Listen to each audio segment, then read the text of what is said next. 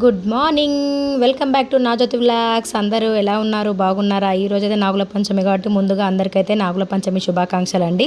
School అయితే holiday లేదు కదా, ఇట్లనే పిల్లల్ని స్కూల్ పంపించాలి. స్కూల్ టైంలోనే పాలు పోద్దామని చెప్పేసి అయితే పొద్దున్నే అనుకొని గుడికి పోదాం అనుకున్నా కానీ అటు ఇటు అనేసరికి లేట్ అయిపోయింది. 8:30కి అయితే మేము పొద్దున్నే గుడికి వెళ్ళిపోయాము.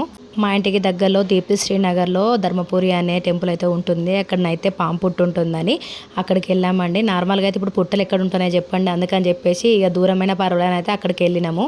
నాకైతే నాగుల పంచమి రోజు పుట్టలో పాలు పోస్తేనే ప్రశాంతంగా ఉంటుందండి, లేదు అని అంటే మనశ్శాంతి ఉన్నది. అందుకని చెప్పేసి దూరమైన పర్వాలేదు అని చెప్పేసి పుట్ట ఎక్కడ ఉంటే అక్కడికి వెళ్ళి పాలు పోస్తాను. విగ్రహాలకి కూడా పోస్తాను కానీ ఎక్కువ మాత్రం ప్రిఫరెన్స్ పుట్టలకే ఇస్తానన్నమాట. ఇక పుట్టలో పాలు పోసేసిన తర్వాత శివుడు టెంపుల్ ఉంటుంది, అందులోకి వెళ్ళేసి శివుని దర్శనం చేసుకున్నాము. వాటి వెనక సైడు నాగమ్మ విగ్రహాలు ఉంటాయి అన్నమాట, వాటికి కూడా వెళ్దామని చెప్పేసి అక్కడికి వెళ్ళి పాలాభిషేకం చేసేసి ఇంకా మొక్కుకొని అయితే వచ్చేసినాము.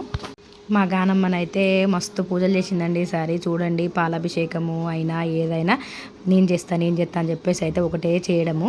ఆడపిల్లలు అంత క్యూట్గా పట్టుదంగా వేసుకొని హ్యాపీగా పూజలు చేస్తూ ఉంటే ఎంత బాగుంటుంది చెప్పండి. నాకైతే చాలా చాలా ఇష్టం అన్నమాట అట్లా. అందుకని మా మహాలక్ష్మి మంచి పూజలు అయితే హ్యాపీగా ఫీల్ అయ్యా అన్నమాట. ఈ ధర్మపురి క్షేత్రం చాలా బాగుంటుందంటే అన్ని దేవతలు ఇక్కడ ఉంటాయి అన్నమాట. వీలు కుదిరితే ఎప్పుడైనా ఒక లాంగ్ వీడియో దీనిపైన చేద్దాం అనుకుంటున్నాను. నాకు చిన్నప్పటి నుండి నాగుల పంచమన్న, నాగుల చవితన్న, పాలు వేయడం అన్న చాలా ఇష్టం అనమాట. మా అమ్మ నన్ను ప్రతిదానికి తీసుకొని వెళ్ళేదన్నమాట. మీరు ఈరోజు గుడికి వెళ్ళి పాలు పోసి వచ్చారా? కామెంట్ సెక్షన్లో తెలియజేయగలరు. Thank you for watching. Bye.